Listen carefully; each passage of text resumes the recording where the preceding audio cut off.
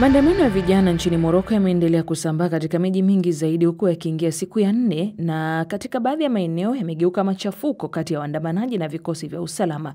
Kuna ripoti kutokea maeneo ya kusini na mashariki kwamba waandamanaji walirusha mawe huku gari ya polisi ikigonga waandamanaji. Wengi wamekamatwa. Maandamano haya yamepangwa kwa muda mfupi kupitia mitandao ya kijamii na kundi lijulikanalo kama Gen Z 212. Haya yanajiri wakati polisi Madagascar nao wanakabiliana na waandamanaji vijana ambao bado wamerejea mtaani katika mji mkuu licha ya rais kukubali kuvunja serikali. Barani Asia katika nchi za Nepal na Bangladesh pia kumeshuhudia maandamano ya vijana yani Gen Z kudai mabadiliko na ilosababisha viongozi kujiuzulu. Vuguvugu hili la vijana kutaka mabadiliko linasaidia kwa kiasi gani kuleta mabadiliko ya kiutendaji na uwajibikaji?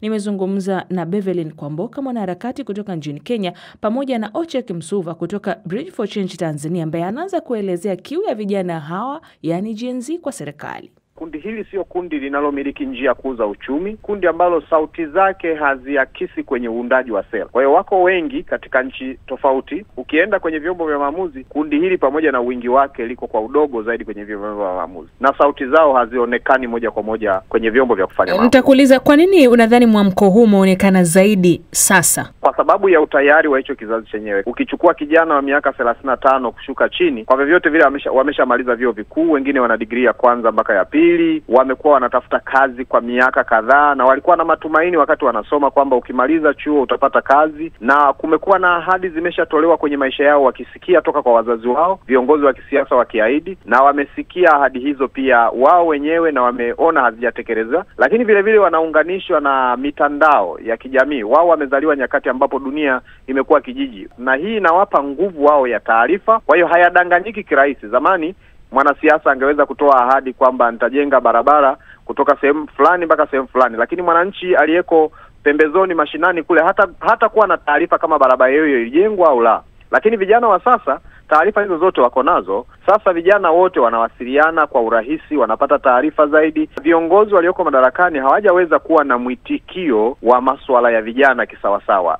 Bevelyn, tunapozungumza ni jana tu rais wa Madagascar alisema ataivunja serikali yake baada ya maandamano ya vijana hawa maarufu kama Gen Z. Kule Nepal tuliona mpaka waziri mkuu akajiuzuru, Bangladesh kadhalika. Nchini Kenya ndiko ambapo maandamano ambayo yalivunja rekodi tuseme. Unadhani pengine vijana hawa wamechoka utawala wa kimla na wanataka mabadiliko, ama ni nini hasa kinachowafanya kusogea mstari wa mbele kuandamana? Sisi ni kizazi ambacho tulisoma na tukaambiwa ukimaliza chuo utapata kazi. Ukimaliza chuo tukasoma kama masomo tofauti kwamba ukimaliza chuo utapata kazi.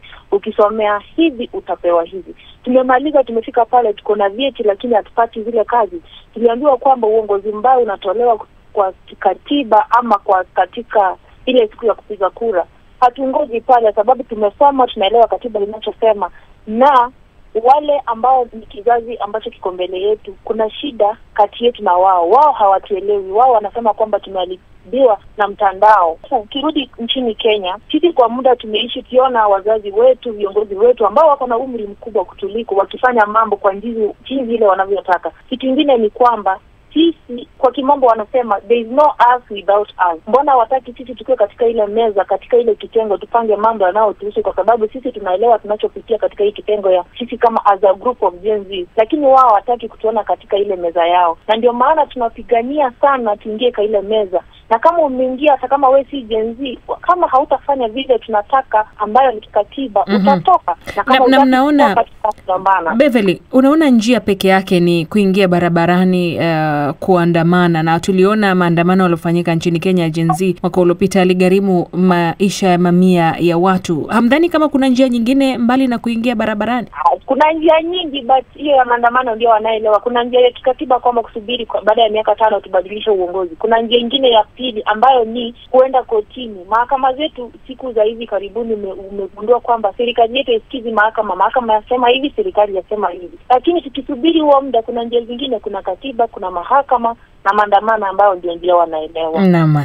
Ocheki Msuva, hapo mataifa ambayo yanaingia katika uchaguzi mkuu mwaka huu, kule Guinea wanafanya uchaguzi tarehe 28 Disemba, Guinea Bissau 23 Novemba, Malawi wamefanya uchaguzi tarehe 16 mwezi huu uliopita tu wa Septemba. Kadhalika Tanzania inaingia katika uchaguzi wake mkuu tarehe 29 Oktoba. Unaona wapi mwamko wa vijana, na je, unaleta mabadiliko kiasi gani kwa viongozi wanaoingia madarakani sasa? Mwamko umeanza kuwa, tunasema, unavuka vyama vya siasa. Ni rahisi kukutana na vijana wanaotoka vyama tofauti pamoja na utofauti wa mitazamo yao. Kuna mambo ambayo yameshaanza kuwaunganisha, na hii tafsiri yake ni kwamba pamoja na kwamba tunaweza tukafanya chaguzi, lakini kama masuala ya vijana yatakuwa hayajashughulikiwa, nchi zote ambazo zinafanya uchaguzi mwaka huu, bado vuguvugu la vijana kudai haki na kutaka usawa, kutaka uchumi, wapate ajira halitaisha, kwa sababu uchaguzi hautamaliza changamoto ya ajira ambazo vijana tuko nazo, lakini vile vile uchaguzi hautamaliza tatizo la sauti za vijana kusikika.